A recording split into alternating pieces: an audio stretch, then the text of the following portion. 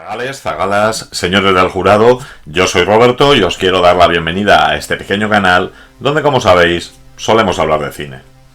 Nos acostamos ayer con la noticia de que Jerry Lee Lewis, uno de los últimos grandes que quedaba de la época del rock and roll clásico, lamentablemente nos ha dejado. Y si bien es cierto que aunque ha fallecido a la edad de 87 años, Jerry Lee Lewis nos dejó una historia bastante curiosa, como pudimos ver en la película Gran Bola de Fuego. En ella, además de ver por qué acabó con su carrera, vimos también que tuvo la oportunidad de haberse convertido en el rey. Y efectivamente eso nos ha llevado a decidir hablar hoy del rey.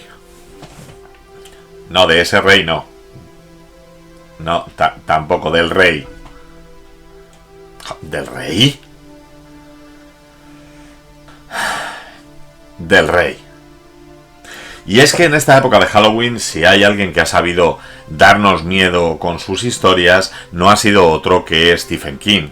El autor de Maine fue capaz de crear un imaginario en el que han tenido cabida casi todos nuestros terrores, desde los más íntimos hasta los más extremos. Y si bien es cierto que Stephen King daría para hacer un vídeo recopilatorio solo con su obra, bueno, y de hecho en el Videoclub Ware hicimos un homenaje entre varios guerdos a su obra, nos vamos a centrar en la historia que más me atemorizó en mi infancia, porque claro, esto es otro rollo.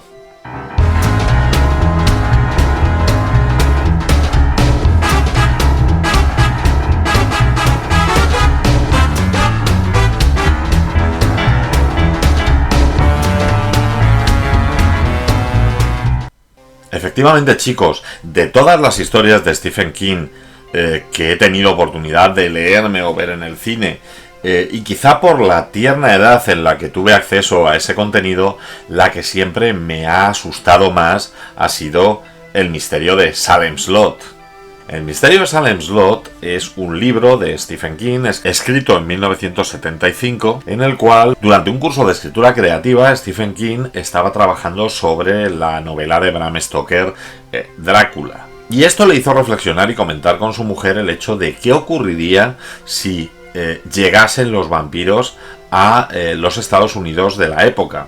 Claro, su mujer automáticamente pensó en que si llegaran a una gran ciudad, a un Nueva York, a un Los Ángeles, probablemente serían un elemento más, pasarían desapercibidos, no serían detectados por la población y poco a poco podrían triunfar. Entonces Stephen King decidió llevarlo al terreno que más le gustaba, y es, pero ¿y si no fueran a una gran ciudad? ¿Y si se fueran a un pequeño pueblecito donde poco a poco fueran infectando a todo el mundo?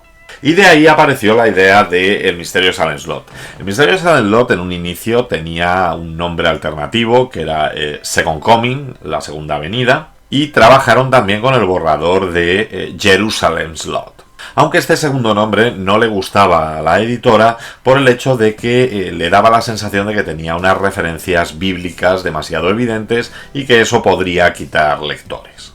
En este libro, efectivamente, Stephen King inventa la ciudad ficticia de Jerusalem Slot, conocida como Salem Slot, el solar de Salem, la cual no deja de ser un pueblo en Maine, un pueblo pequeño, y que nos va a dejar un argumento curioso en el cual vamos a tener un poco de todo. Vamos a tener relaciones incestuosas, vamos a tener historias de fracasos académicos y de fracasos de futuro de ciertos personajes, vamos a tener embarazo adolescente, adulterio, algún problema con drogas.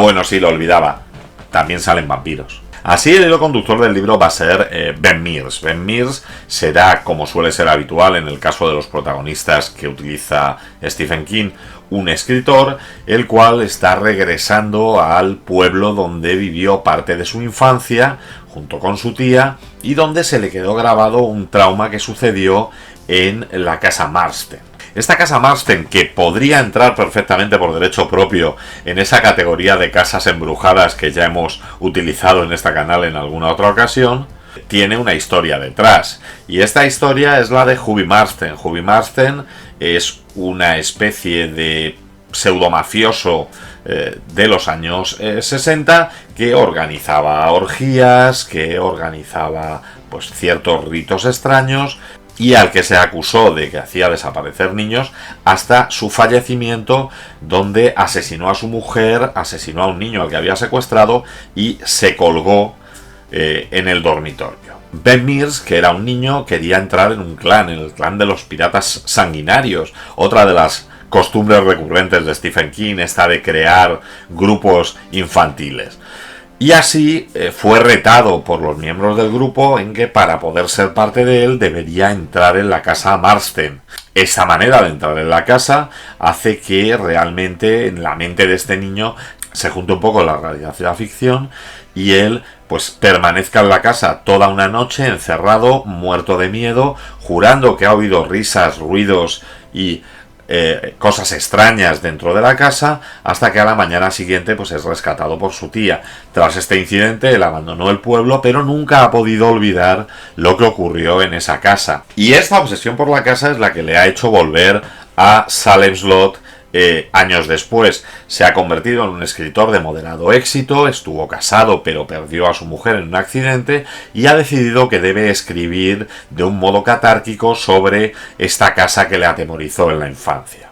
Rápidamente, tras volver al pueblo, establece, pues bueno, por un lado una relación de amistad con un antiguo profesor que tuvo en el instituto, Matt Burke, y por otro lado establecerá una especie de relación romántica con Susan Norton, una joven universitaria que trató de hacer vida fuera de Salem's Lot, fuera de la ciudad, no le fue bien en la ciudad y ha vuelto, pero que admira tanto el trabajo de Ben como la posibilidad de salir de la ciudad. Junto a ellos tendremos una serie de personajes recurrentes. Tenemos al sheriff, tenemos al doctor, tenemos a la dueña de la pensión en la que se aloja Ben Mears, tenemos al borracho del pueblo, y cada uno de ellos nos va a ir contando una historia de realmente pues de miseria humana o de perversión oculta en estos pueblos de América, y muy típica de los American Gothic que tan de moda se pusieron en cierto momento. Todo esto se acelera además con la llegada de dos personas nuevas al pueblo, y estos no son otros que el señor Barlow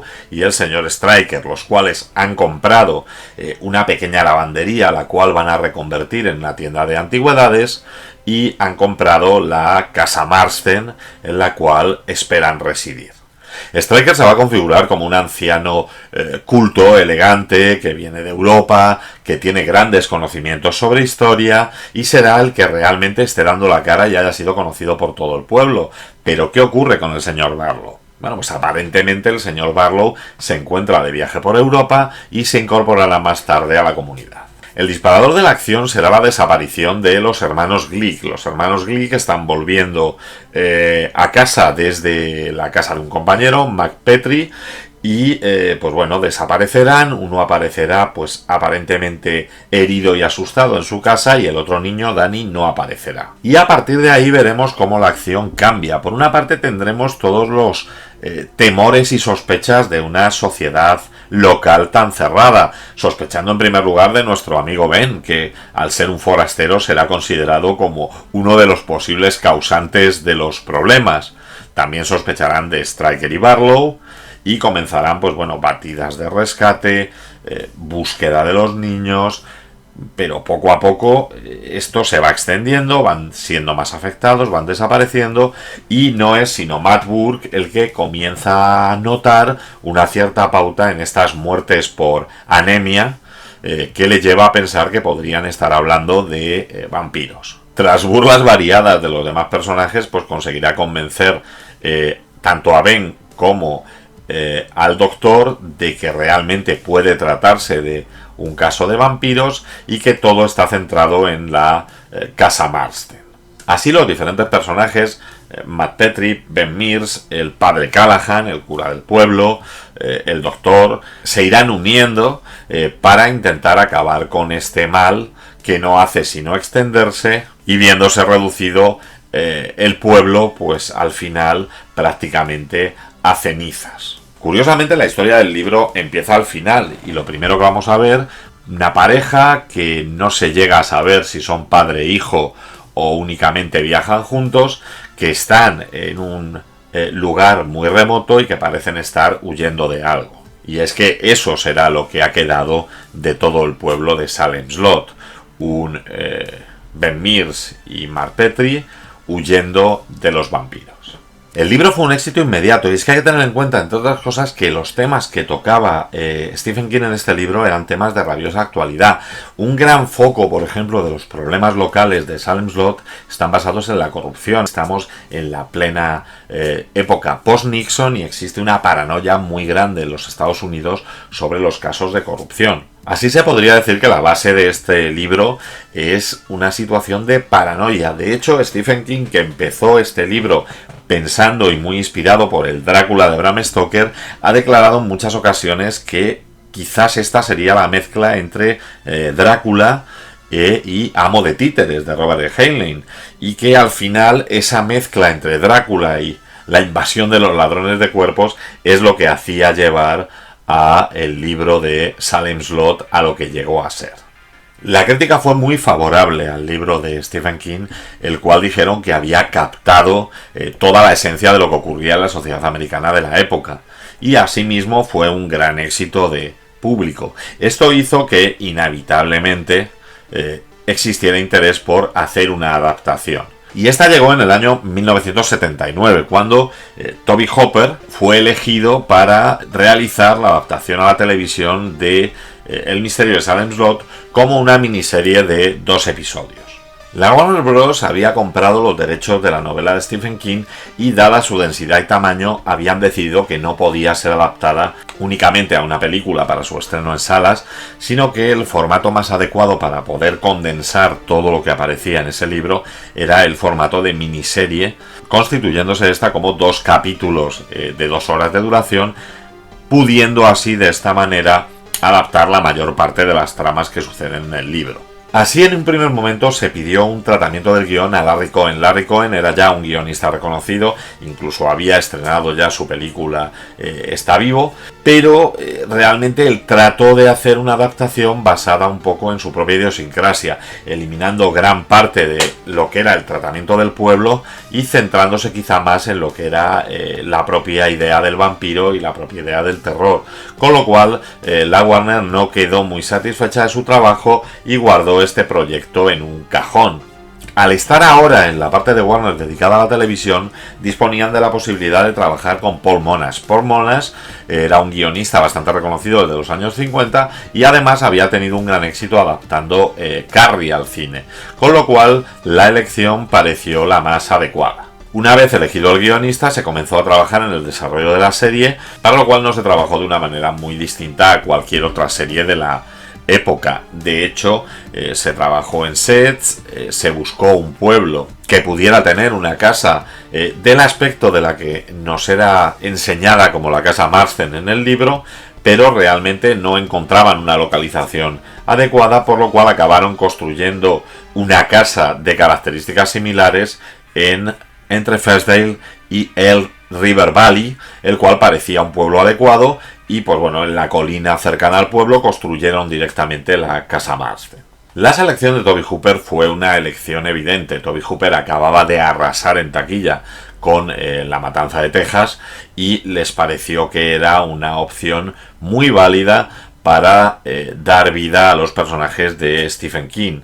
Así, pues bueno, se le proporcionaron $4 millones de presupuesto y este comenzó el rodaje con un cast bastante impuesto por la productora. De hecho, el protagonista de esta adaptación no fue otro que David Soul, el cual estaba de plena actualidad tras la serie Starsky y Hutch. Como Susan Norton teníamos a una jovencísima Bonnie Bedelia años antes de ser secuestrada en el edificio Nakatomi. El resto de papeles estaban interpretados en su gran mayoría por actores competentes procedentes del medio televisivo y destacaba sobre todo el elegido para el papel de Stryker, que no era otro que el gran James Mason, el cual en cierta ocasión declaró que no le gustaba la historia, no le gustaba el guión, pero que le pagaban bien por hacer este papel. En esta adaptación... ¿Acaso estoy bajo sospecha? Pues sí. La desaparición del niño. Sí. ¿Porque soy forastero? Supongo. ¿Y algo raro? Ya ve cómo somos aquí. Bueno, no muy distintos a los habitantes de los pueblos del En resto. esta adaptación, y sobre todo por limitaciones de tiempo, se decidió unificar ciertos personajes en otros a fin de tener menos protagonistas y de poder hacer fluir la acción de una manera más rápida. Por ello, por ejemplo, pues el Dr. Jim Cody es fusionado con el papel del padre de Susan Norton, convirtiéndose aquí en el Dr. Norton. En el libro tenemos dos personajes, los cuales son un poco la parte trabajadora pobre del pueblo, que serían Mike Ryerson, Floyd Tibbets. Aquí vamos a mezclar a todos en el personaje de Mike Ryerson, interpretado por el siempre solvente Geoffrey Lewis, uno de los mejores secundarios que nos dio el siglo XX. Y sobre todo, y muy enfocado al consumo televisivo de los 70, se eliminaron temas escabrosos como era pues todo lo que era incesto, dejando únicamente ese pequeño adulterio de la mujer de Cully Saunders con Larry. No iré a la cárcel por matar al hombre que ha violado a mi mujer. Porque eso es lo que ha hecho, ¿verdad, cariño? Sí. No, ella me ha invitado, te lo juro. No le creas. Cállate. Sí. Y bueno, la verdad es que fue una serie que mantuvo la intriga del libro, mantuvo bastante bien la tensión, estuvo bien realizada, dispuso de unos efectos especiales muy competentes para la época.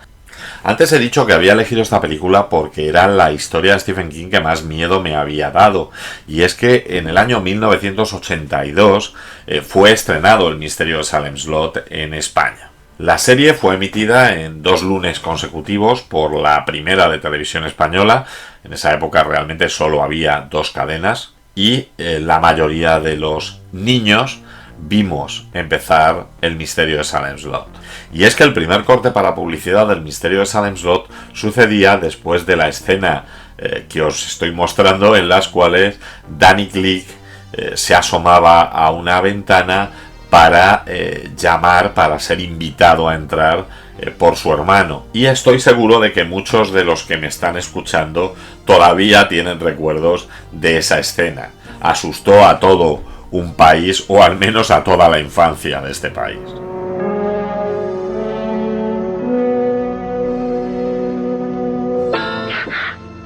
Vete. Lógicamente, con los años tuve opción de ver la serie completa y me pareció que era una pequeña maravilla.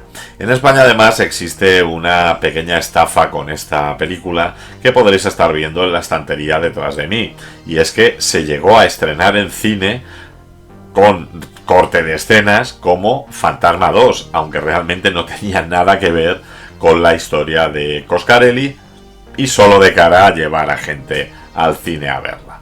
El principal cambio que sucedió en la miniserie de Salem Slot de Toby Hooper fue el cambio de el personaje de Barlow. Barlow es descrito en el libro como un europeo elegante, de buen porte, capaz de convencer dialogando a la mayoría de sus víctimas. Y sin embargo en la serie se nos mostró como una especie de monstruo muy inspirado en el Nosferatu de Max Schreck, que realmente no tenía nada que ver con el libro.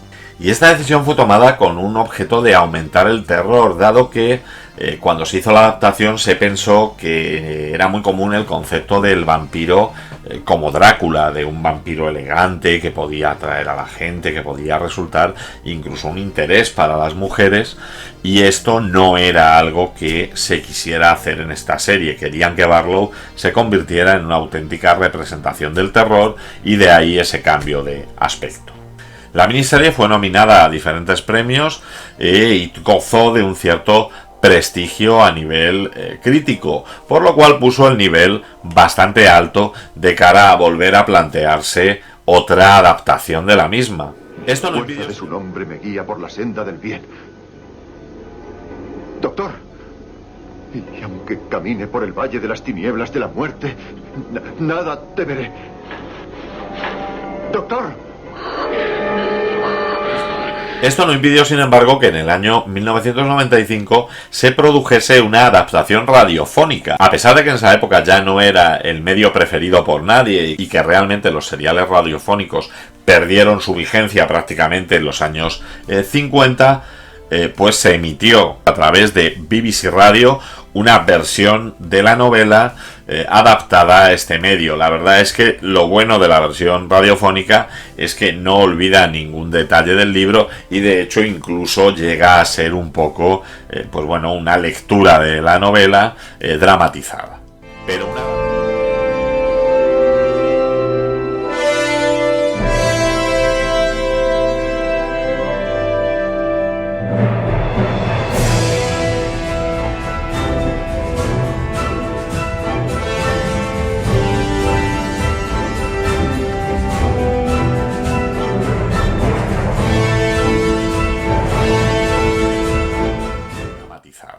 Pero una adaptación radiofónica no es lo que esperábamos los fans de Stephen King.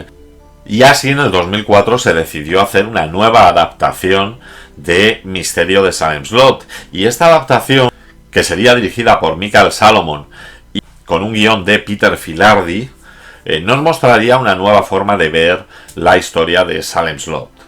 En este caso la miniserie comienza ya de una manera bastante acelerada, dado que veremos cómo pues un desconocido con aspecto de indigente entra en un refugio católico en el que están dando de comer y ataca aparentemente sin motivo a un reverendo, cayendo ambos por una ventana. Así, cuando son trasladados al hospital y el enfermero pues pregunta a este indigente por un motivo por el cual no le debería dejar morir tras haber atacado a un cura, este, que no es otro que Ben Mears, le comenzará a contar la historia de lo que ha pasado en el pueblo de Salem Slot. Y esto nos mostrará cómo había pasado el tiempo entre la primera y la segunda adaptación, dado que si bien la historia de fondo va a seguir siendo fundamentalmente la misma, vamos a tener una forma de tratarla muy diferente. De momento vamos a ver un desdoble de personajes, teniendo muchos más protagonistas, lo cual nos permitirá ahondar en esa parte rural, en esa parte de American Gothic que no ahondaba la primera miniserie. Y es que en esta vamos a tener por un lado el tema de Jim Cody, de la madre adolescente paciente suya, por el cual será chantajeado por su marido. Vamos a tener realmente por un lado a Floyd Tibbets, a ciertos problemas físicos, que es rechazado por el pueblo, que vive en un vertedero, y cómo está enamorado de Ruth Crockett, precisamente la hija adolescente de uno de los grandes hombres del pueblo. ¿Qué está pasando, Larry? ¿Por qué compraste la casa? No es asunto tuyo. ¿Por qué compraste la casa para él?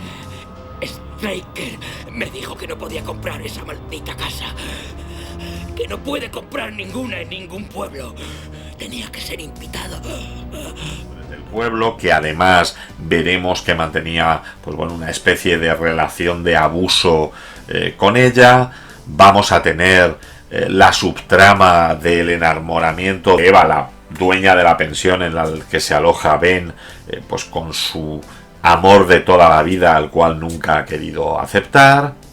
Y vamos a tener también un cambio de personajes. Por ejemplo, vamos a tener a Matt Burke, a este profesor y amigo de Ben Mears, el cual en este caso será interpretado por un actor afroamericano y además será definido como homosexual al principio de la historia. Vamos a profundizar más en la historia del Sheriff Gillespie, el cual en la primera versión únicamente aparece pues como agente de la autoridad que huye del pueblo en un momento dado, y en este caso va a ser mostrado pues realmente como un sheriff competente que poco a poco va siendo consciente de lo que está pasando en el pueblo y que finalmente lo abandonará de todos modos. Voy tomando unas copas con Susie hasta las 9. Matt Burke dice que te fuiste a las 8 porque querías trabajar. Pues serían las 8. Y sobre todo vamos a ir viendo durante toda la serie esa sensación que producía el libro de que esto es una amenaza oculta, que esto es una invasión que va avanzando poco a poco y que el pueblo poco a poco va notando sus consecuencias. El señor No Sasek ha dejado preparada la clase de hoy. Está enfermo. Igual que muchos otros. Debe de haber algo en el aire. Vampiros. No es todo tan precipitado como ocurría en la versión del 79, sino que aquí realmente sí habrá tiempo para la pausa y tiempo para decir cómo no se dan cuenta de lo que está ocurriendo. Por lo demás, se debe destacar también el reparto. Estamos hablando de que en este caso tendremos a Rob Love haciendo el papel de Ben Mears, tendremos a Samantha Mathis como Susan Norton, tendremos al grandísimo Donald Sutherland haciendo de Striker. En esta ocasión Barlow no va a ser mostrado como un monstruo, sino que va a ser mostrado como se nos ha mostrado en la novela y será interpretado por un increíble Rutger Hauer. El padre Callahan, al cual se había quitado gran importancia en la primera miniserie, recuperará su nivel de importancia del libro y será interpretado por James Cromwell.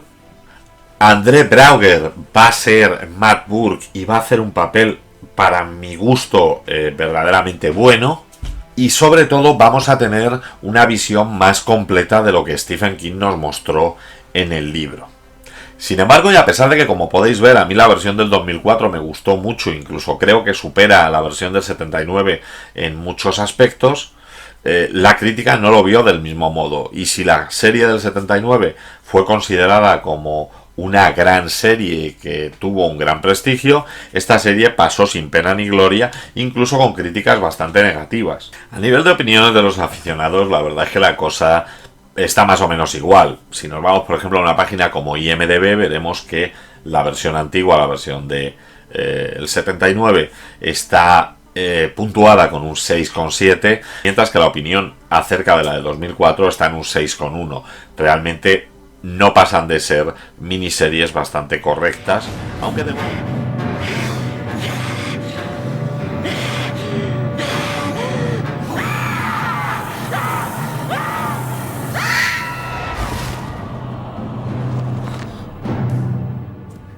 Pero si hay algo curioso de Salem Slot, no es solo estas dos adaptaciones, sino que es también su legado. Stephen King en alguna ocasión ha declarado que Salem Slot es una de las historias que más le gustan, e incluso se llegó a rumorear que estaba trabajando en una segunda parte, aunque finalmente en declaraciones lo ha descartado. Esto no evitó que, sin embargo, sí existiera una segunda parte de la miniserie de Salem Slot. Y es que efectivamente Larry Cohen, que se debió quedar con el gusanillo de dirigir y guionizar una serie sobre Salem Slot, dirigió en 1987 la miniserie Regreso a Salem Slot. Esta miniserie, que fue escrita y dirigida por Larry Cohen y protagonizada por Michael Moriarty, nos va a dar una nueva visión, un nuevo giro a lo que ocurre en Salem Slot, dado que, pues bueno, Michael Moriarty será un antropólogo, el cual irá a Salem Slot junto con su hijo a fin de estudiar la comunidad local.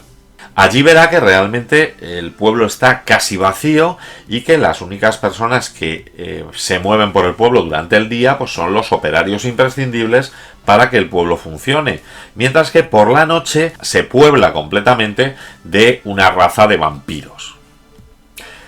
Estos vampiros, abusando de que el antropólogo no tiene demasiados escrúpulos, pues le van a intentar captar para que escriba su historia, dado que en principio ellos piensan que los vampiros realmente están maltratados porque nadie entiende qué es lo que les ocurre y que lo que se necesita es que alguien documente cuál es realmente el tipo de vida y tipo de sociedad que llevan los vampiros. Y para ello pues capturarán a su hijo. Así veremos cómo Joe Weber, junto con Van Meer, un cazador de nazis interpretado por Samuel Fuller, pues rescatarán al hijo y conseguirán marcharse de este pueblo de Salem Slot. Realmente este regreso a Salem Slot no tiene nada que ver prácticamente con la historia de Stephen King. Es comprensible que si este era el enfoque que Larry Cohen le quería dar a la historia, pues la Warner lo rechazara en una primera instancia, pero pues bueno, es una miniserie bastante entretenida que a todos aquellos a los que nos gusta el género vampírico podemos disfrutar sin ningún problema. Y bueno, como curiosidad, nos mostraba a una jovencísima Tara Reid. Pero bueno, esta no será la única historia derivada del misterio de Salem Slot, porque en el año 1978 Stephen King había escrito una especie de precuela de manera epistolar, tal como era escrita Drácula en su momento, contando una especie de origen de lo que ocurre en Salem Slot.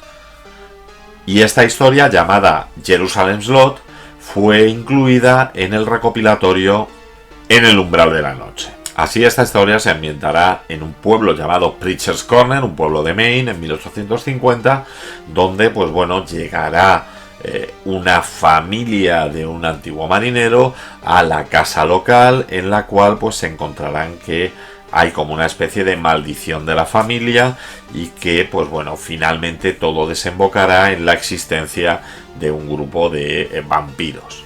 Y esta historia corta ha sido adaptada a la televisión en la maravillosa serie Chapelwhite. En esta serie, protagonizada por Adrian Brody, tendremos como el capitán Charles Boone, junto con su familia, se desplazará a una casa que ha heredado en Preacher's Corner y comenzará a intentar llevar una vida dentro de una sociedad local que rechazará porque estima que hay una maldición en esta casa. Así, durante los capítulos iremos viendo, pues por un lado, la decadencia de este personaje que comienza a pensar que se está volviendo loco debido a lo que está ocurriendo dentro de la casa, y por otra parte, pues cómo tanto él como sus hijos se ven acosados por una especie de maldición familiar, lo cual le llevará finalmente a pues encontrar la verdad, encontrar este mundo vampírico y empezar a combatirlo. De momento no tenemos una historia final para esta serie, puesto que ha sido renovada para una segunda temporada, pero pues la verdad es que la primera temporada es bastante entretenida, nos mete mucho dentro de la dinámica de las historias de Stephen King y sobre todo nos muestra a un Adrian Brody recuperando un poco sus orígenes y haciendo un papel verdaderamente sólido como este capitán retirado. Y bueno, para finalizar, y yo como fan de El misterio de Salem Slot estoy esperando impaciente el estreno de la nueva adaptación cinematográfica. Y es que esta nueva dirección, dirigida por Gary Dauberman y con producción de James Wan, pintaba como una producción bastante ambiciosa. Es cierto que esta nueva adaptación parece haber entrado en esta dinámica de inclusión en la que nos encontramos, cambiando por ejemplo el personaje de Mark Petrie por un actor afroamericano, o el de el doctor, que en este caso será doctora, también afroamericana. Pero los aficionados a esta historia de Stephen King realmente estamos deseando ver qué es lo que nos van a mostrar en esta ocasión del mundo de Salem Slot. Esta película, que realmente se rodó en 2020, tenía previsto su estreno para septiembre de 2022. Realmente, bueno, como sabemos, no se ha estrenado. En un primer momento se anunció que se trasladaría su estreno al mes de diciembre, pero hace unas semanas se ha dicho que en diciembre se estrenaría pues la nueva película de la saga Evil Dead y que se trasladaba el estreno de Salem Slot a abril del año que viene. Así que yo por lo menos pues me encuentro expectante respecto a qué nos va a ofrecer esta nueva versión de la historia.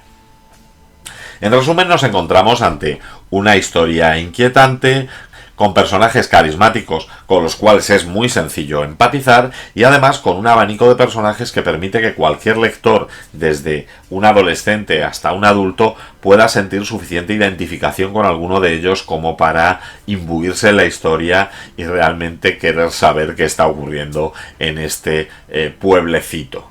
A mí, una de las historias de Stephen King que más me gustan, y probablemente uno de los recuerdos infantiles que más me han aterrorizado y que me parecía conveniente recordar en esta época de Halloween en la que nos encontramos.